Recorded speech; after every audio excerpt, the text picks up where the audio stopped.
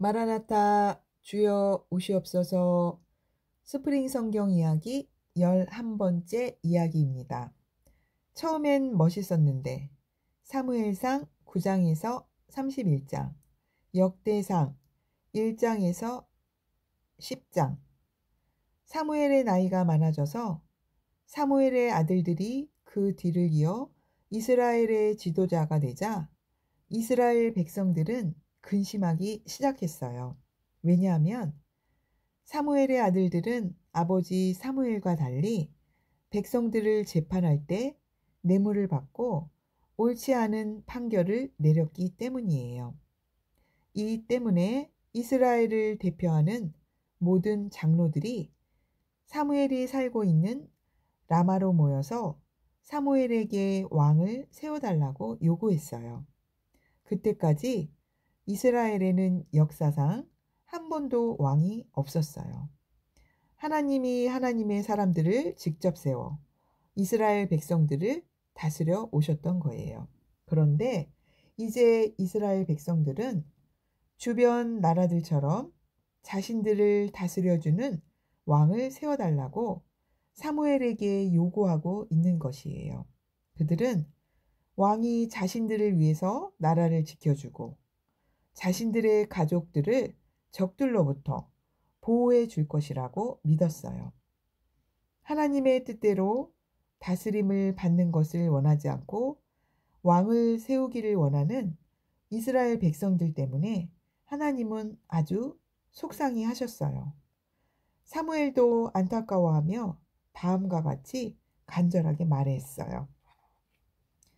왕은 너희를 위해서 싸워주는 사람이 아니다.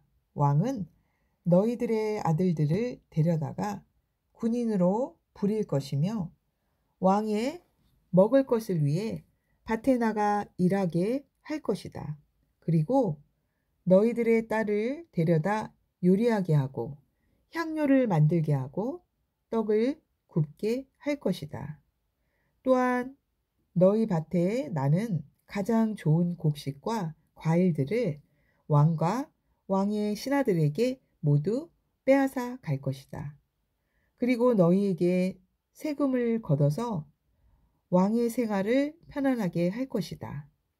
사무엘상 8장 11절에서 17절. 이렇게 왕이 다스리는 나라에 대한 모든 문제점들을 미리 다 말해 주었는데도 이스라엘 백성들은 무조건 왕이 있어야 되겠다고 우겼어요. 할 수 없이 하나님은 이스라엘 백성들의 요구대로 왕을 세워주기로 하셨어요. 하나님께서 이스라엘의 초대 왕으로 선택하신 사울은 이스라엘 백성들 중에서 키가 크고 얼굴이 아주 잘생긴 사람이었어요. 그리고 아버지의 말씀을 잘 듣는 효자였고 겸손한 사람이었어요. 왕이 된 후에도 고향으로 돌아와 농사를 짓던 사울에게 좋은 기회가 왔어요. 요단강 동편에 있는 길르앗 야베스라는 곳에 암몬 사람들이 쳐들어와서 길르앗 야베스 사람들의 오른쪽 눈을 뽑아버리겠다고 위협했어요. 길르앗 야베스 사람들은 너무나 무서워서 사울에게 자신들을 구해달라고 부탁했어요. 이 말을 들은 사울은 이스라엘 백성들 33만 명을 모아 그들과 함께 요단 동편까지 건너가 길르앗 야베스 사람들을 암몬으로부터 구해 주었어요. 이 일 후에 백성들은 사울을 진정한 왕으로 받들게 되었어요. 그런데 효자였고 겸손했던 사울이 왕이 된 후 차츰 변하기 시작했어요. 사울은 하나님의 백성인 이스라엘 사람들을 자기 백성이라고 생각하게 되었어요. 사울은 점점 하나님의 말씀에 거역하며 불순종했고 자신의 머리에 기름을 부어 왕으로 세워준 사무엘의 말까지도 듣지 않게 되었어요. 하나님께서는 이러한 사울의 모습을 보시며 그를 왕으로 세우신 것을 후회하셨어요. 그리고 이스라엘을 다스릴 새 왕의 제목으로 다윗을 선택하셨어요. 사울이 실패한 이유. 비록 자신이 왕이긴 하지만 사실상 이스라엘을 다스리는 분은 하나님이시라는 사실을 사울은 점점 잊어버리고 말았어요. 그래서 하나님의 백성을 자기 백성이라고 생각하게 되는 교만에 빠져버려요. 또 하나님을 두려워하고 그분 말씀에 순종하기보다는 백성들의 인기를 더 얻기 위해 노력하며 자꾸 죄를 지었어요. 결국 하나님은 사울을 보시고 슬퍼하셨고 그를 왕으로 세운 것을 속상해 하셨어요. 그러던 중 블레셋이 이스라엘로 쳐들어왔어요. 그런데 이 블레셋에는 골리앗이라는 대단한 장군이 있었어요.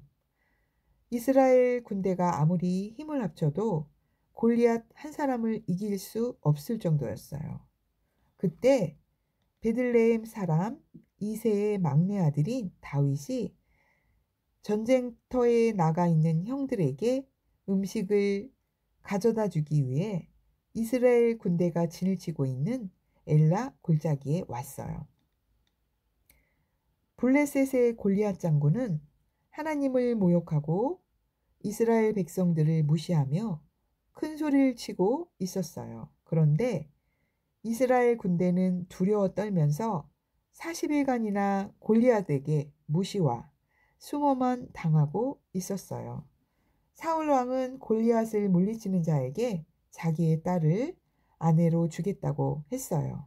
하지만 이스라엘에는 골리앗과 싸울 수 있을 만큼 힘있고 용기 있는 자가 아무도 없었어요. 바로 이때 어린 소년 다윗이 용기를 내었어요. 평소에 다윗은 막내 아들이었음에도 불구하고 어리광을 부리기보다는 들에 나가 아버지의 양들을 정성껏 돌보았어요. 아버지의 양들을 지키기 위해 곰과 사자를 물리친 적도 있었어요. 그때 사용했던 도구는 바로 물매였어요. 다윗은 하나님을 모욕하는 골리앗에게 이렇게 말했어요. 너는 칼과 창과 단창으로 나를 공격하지만 나는 만민의 여호와의 이름으로 너에게 간다. 사무엘상 17장 45절. 그리고 다윗은 골리앗을 향해 힘껏 물맷돌을 던졌어요. 이마 한가운데에 물맷돌을 맞은 골리앗은 그 자리에 쓰러졌어요. 양들을 지키기 위해 평소 연습해 두었던 물매 돌리기가 이 싸움에서 빛을 발하게 된 거예요. 다윗 덕분에 이스라엘 군대는 블레셋으로부터 큰 승리를 얻게 되었어요. 이 일은 이스라엘 전체에 순식간에 퍼지게 되었어요. 이스라엘 여인들은 이 일을 두고 이런 노래를 지어 불렀어요. 사울이 죽인 자는 천천히요, 다윗은 만만이로다. 사울보다 다윗이 훨씬 더 훌륭하다는 이 노래는 사울의 기분을 몹시 나쁘게 했어요. 약속대로 다윗은 사울의 딸 미갈과 결혼하게 되었지만 다윗에 대한 사울의 마음은 점점 커져만 갔어요. 이 일을 몹시 안타까운 눈으로 바라보는 사람이 있었어요. 바로 사울의 아들인 왕자 요나단이었어요. 요나단은 다윗이 하나님을 진심으로 사랑하고 있는 것을 알았어요. 그래서 요나단은 믿음 안에서 다윗을 진심으로 사랑하고 자기 생명처럼 아꼈어요. 요나단은 다윗을 죽이려고 하는 아버지 사울로부터 다윗을 보호해주고 무사히 도망칠 수 있도록 도와주었어요. 멋진 우정의 비결. 다윗과 요나단은 처음 만났을 때부터 왕과 목동이라는 신분 차이, 적지 않은 나이 차이를 뛰어넘어 친구가 되었어요. 요나단은 끝까지 아버지 사울의 곁을 지켜드리면서도 다윗에 대한 믿음과 우정을 저버리지 않았어요.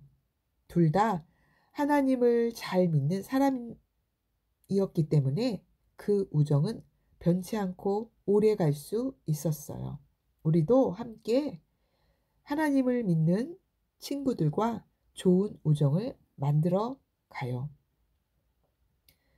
그때부터 시작된 다윗의 도망자 신세는 사울이 죽을 때까지 계속되었어요.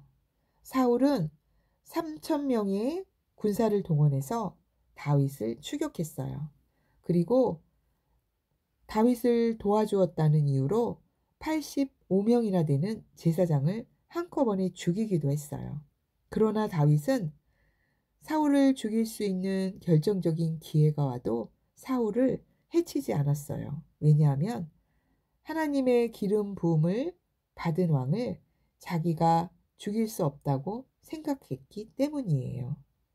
사울을 왕으로 임명한 하나님의 권위를 존중한 것이지요. 다윗을 죽이기 위해 쫓아다니던 사울에게 급한 소식이 들려왔어요.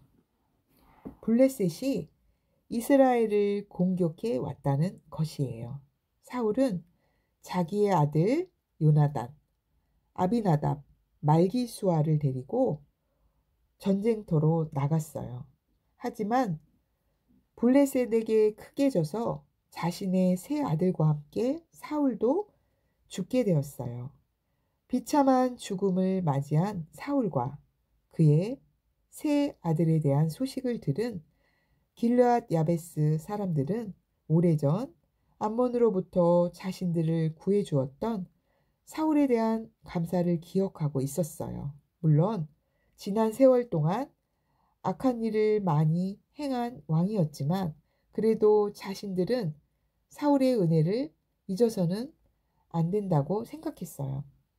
그래서 길르앗 야베스의 청년들은 밤을 새워 요단강을 건너고 산을 넘어 사울과 그의 세 아들의 시신을 가져다가 정성껏 장사를 지내주고 그들을 위해 7일 동안 금식하였어요.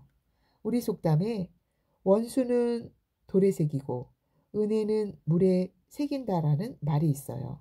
하지만 길르앗 야베스 사람들은 은혜를 돌에 새겼던 거예요. 사울이 왕이 된 후에도 처음 가졌던 겸손한 마음을 계속 가졌더라면 참 좋았을 텐데 너무 안타까워요. 변해버린 사울 때문에 다윗도 사무엘도 그리고 하나님도 마음이 많이 아팠을 거예요. 자녀들아 너희는 하나님께 속하였고 또 그들을 이기었나니 이는 너희 안에 계신 이가 세상에 있는 자보다 크심이라. 요한일서 4장 4절. 할렐루야. 오늘도 승리하는 하루 되십시오.